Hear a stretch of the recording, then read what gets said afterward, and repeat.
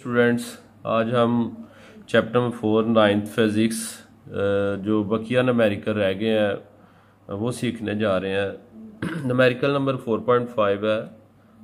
A force is acting on a body, एक जिस्म पे कुव्वत लग रही है, making an angle of 30 degree, और वो जो फोर्स है वो 30 डिग्री का जाविया बना रही है विद हॉरिजॉन्टल हॉरिजॉन्टल एक्सिस जो है एक्स एक्सिस यानी समय उसके साथ। The horizontal component of the force is, force का जो हॉरिजॉन्टल कंपोनेंट है वो 20 न्यूटन है। फाइंड द फोर्स, अब हम उस फोर्स की वैल्यू फाइंड करेंगे।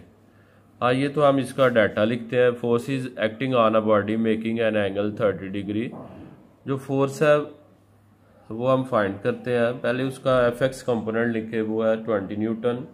फोर्स का जो एफ एक्स कंपोनेंट है वो है 20 न्यूटन। थीटा एंगल को कहते हैं, थीटा यहाँ पे बन रहा है, थीटा जो है वो 30 डिग्री है। थीटा ग्रीक वर्ड है जो एंगल को रिप्रेजेंट करता है। Theta is equal to 30 degree. आइए तो हम इसका जो फोर्स का कंपोनेंट है, जो फोर्स है उसको हम फाइंड करते हैं। F is equal to, formula हमारे पास आ जाएगा, F x is equal to F cos theta. यहाँ से हम एफ की वैल्यू यानी फोर्स की वैल्यू जो है वो फाइंड कर लेंगे। यहाँ कॉस थीटा जो एफ से मल्टीप्लाई है, जब दूसरी साइड पे जाएगा तो ये डिवाइड हो जाएगा F x over cos theta.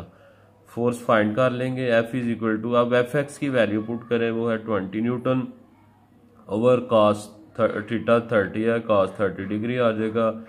F is equal to 20 over cos 30 की वैल्यू हम पुट करेंगे और उस पर 20 को हम उस पर डिवाइड कर देंगे, तो हमारे पास जो फोर्स है वो आ जाएगी 23.1 न्यूटन। सेकंड न्यूमेरिकल है यानी पार्ट 2 का 4.6। The steering of a car has a radius, car का स्टेयरिंग है उसका जो रेडियस है वो 16 सेंटीमीटर है, 16 centimetre. Find the torque produced by a couple of 50 Newton.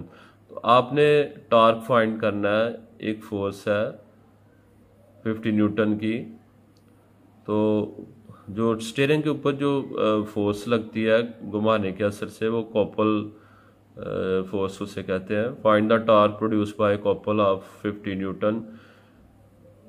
तो हमने टार्क फाइंड करना है 50 न्यूटन की फोर्स के साथ।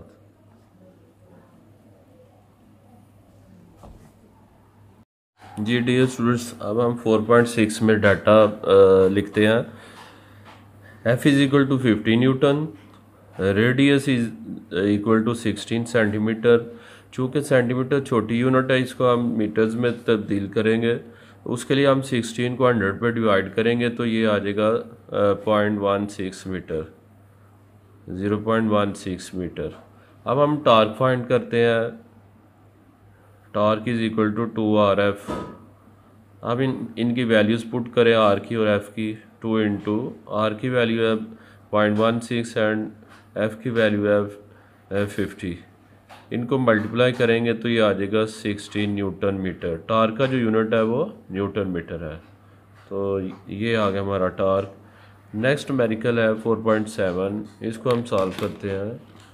अ picture frame is hanging by 2 vertical strings, एक तस्वीर का फ्रेम है, हैंगिंग लटक रहा है, बाय 2 वर्टिकल स्ट्रिंग्स, दो अमूदी लटकती हुई रस्सियों के ज़रिए, धागों के ज़रिए। The tension in the strings are, इन रस्सियों में जो तनाव की कुव्वत है, तनाव वो है 3.8 न्यूटन। एक रस्सी में 3.8 न्यूटन और दूसरी साइड पे जो रस्सी उसमें 4.4 न्यूटन टेंशन की फोर्स लग रही है। Find the weight of the picture frame, वो जो तस्वीर वाला फ्रेम है उसका हमने वेट फाइंड करना है। आइए हम इसका डाटा लिख के तो फिर इसको सॉल्व करते हैं। जो टेंसिटी 1 है यानी एक जो रस्सी है 1 स्ट्रिंग, उसका जो टेंशन है वो है 3.8 न्यूटन। जो सेकंड स्ट्रिंग है उसका टेंशन है T2 is equal to 4.4 Newton. आइए तो हम उसका वेट फाइंड करते हैं। उसके लिए हम फार्मूला लिखेंगे, डब्ल्यू वेट चूँकि फाइंड करना है तो W is equal to T1 plus T2, दोनों जो टेंशन है दोनों स्ट्रिंग उनको हम प्लस कर लेंगे तो ये वेट आ जाएगा, तो फ्रेम का जो वेट आ जाएगा वो आ जाएगा 8.2 न्यूटन। नेक्स्ट न्यूमेरिकल है 4.8, two blocks of message 5 kg and 3 kg, दो जिस्म है, एक का मैस, दो ब्लॉक्स हैं, एक का मैस 5 kg है और जो दूसरा है उसका 3 किलोग्राम है। Are suspended by the two strings, दो रस्सियों से लटक रहे हैं, एज शोन, जैसा कि आपको नज़र आ रहा है तस्वीर में। ये 5 kg का ब्लॉक है और ये 3 kg का ब्लॉक है। Find the tension in each string, हर एक रस्सी में जो तनाव की कुव्वत है वो आपने फाइंड करनी है। तो सबसे पहले हम डाटा लिखते हैं। M1 is equal to 3 kg, तो मैस 1 है वो 3 किलोग्राम है।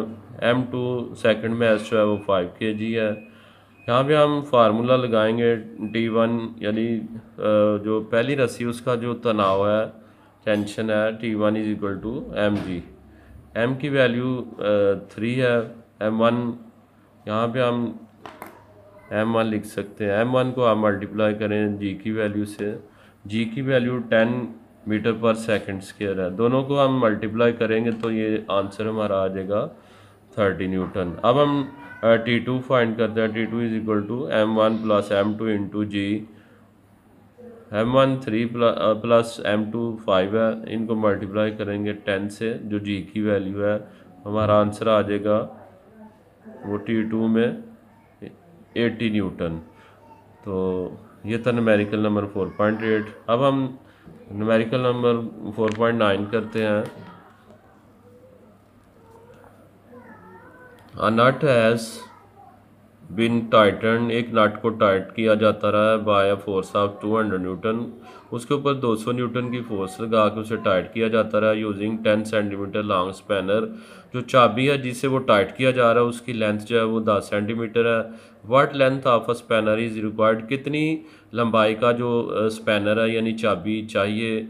चाबी जो नट खोलने और बंद करने के लिए इस्तेमाल की जाती है, जिसे आप रेंच भी कहते हैं। What length of a spanner is required to loosen the same nut, उसी नट को लूज़ करने के लिए कितनी लंबाई की चाबी चाहिए, विद 150 न्यूटन फोर्स, जिसके ऊपर 150 न्यूटन फोर्स लग रही है। तो आइए हम डाटा पुट करते हैं। F1 is equal to 200 newton, F1 is equal to 200 newton. जो डिस्टेंस था उसकी लेंथ जो थी वो थी 20 सेंटीमीटर। 20 सेंटीमीटर को हम मीटर्स में कन्वर्ट करेंगे तो उसके लिए हम 100 पे डिवाइड करेंगे तो वो आ जाएगा 0.2 मीटर, 0.2 मीटर। अब हम F2 की वैल्यू लिखते हैं। F2 is equal to 150 Newton. F2 जो है वो 150 न्यूटन है। F2 is equal to 150 newton. R2 find करेंगे, जो चाबी की लेंथ है, जो स्पैनर है उसकी लेंथ है, उसको हम फाइंड करेंगे।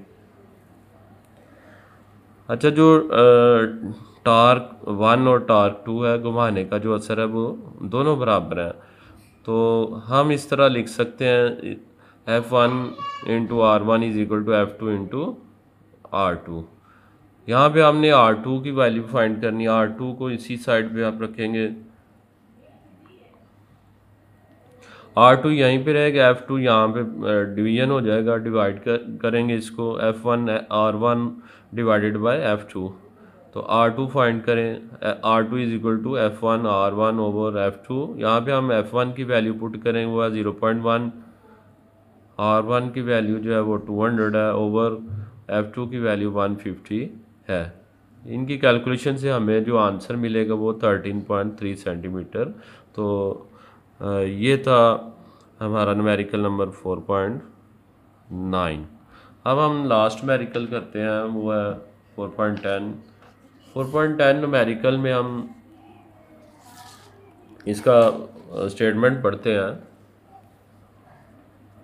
A block of mass 10 kg, एक ब्लॉक है 10 kg, उसका जो वज़न है उसका मैस है। ब्लॉक ऑफ मैस है उसका 10 kg इज सस्पेंडेड लटक रहा है at a distance of 20 centimetre 20 centimetre के फासले पे लटक रहा है from the centre of a uniform bar. एक राड है बार है कोई स्टिक है उसके साथ वो सेंटर से लटक रहा है 1 मीटर लॉन्ग वो जो बार या राड कह ले वो 1 मीटर लंबा है। What force is required to balance कितनी फोर्स चाहिए to balance it at its centre of gravity उस बार को उसके सेंटर से आपने बैलेंस करना है तो कितनी फोर्स चाहिए by applying the force at the other end of the bar.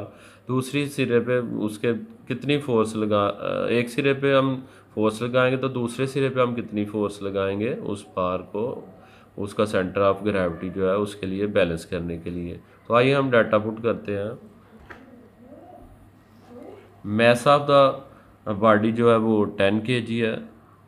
F1 is equal to mg। सबसे पहले हम F1 फाइंड करेंगे। जो मैस है वो 10 है जी आपको पता है वो 10 मीटर पर सेकंड स्क्वायर है। F1 is equal to 100 Newton. अब हम R1 की वैल्यू पुट करते हैं वो 20 सेंटीमीटर। सेंटीमीटर चूँकि छोटा यूनिट है इसको हम मीटर्स में कन्वर्ट करेंगे उसके लिए हम इसको 100 पे डिवाइड करेंगे तो ये आ जाएगा 0.2 मीटर। R2 50 सेंटीमीटर है इसको हम 100 पे डिवाइड करेंगे तो मीटर में कन्वर्ट कर देंगे 0.5 मीटर आ जाएगा। F2 आप फाइंड करेंगे। अच्छा यहाँ पे जो क्लॉकवाइज टार्क है और एंटी क्लॉकवाइज इनकी वैल्यूज़ सेम है तो लिहाजा हम ये इस तरह लिखे F2R2 is equal to clockwise torque और एंटी क्लॉकवाइज टार्क ये दोनों इक्वल है। F2R2 is equal to F1 into R1। यहाँ से हम F2 की वैल्यू निकाल लेंगे। F2R2 को इधर हम डिवाइड कर देंगे वैल्यूज़ पुट करें। F1 की वैल्यू है 100 ये जो अभी इधर आई थी F1 की वैल्यू 100 न्यूटन इंटू R1 जो थी वो है हमारे पास 0.2 ओवर R2 वो है 0.5 मीटर।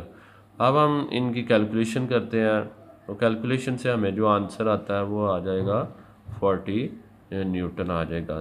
तो ये था हमारा न्यूमेरिकल नंबर 4.10 और ये इस चैप्टर का लास्ट न्यूमेरिकल था। मुझे उम्मीद है कि आप तलबा को बखूबी समझ आ गई होगी। बहुत शुक्रिया।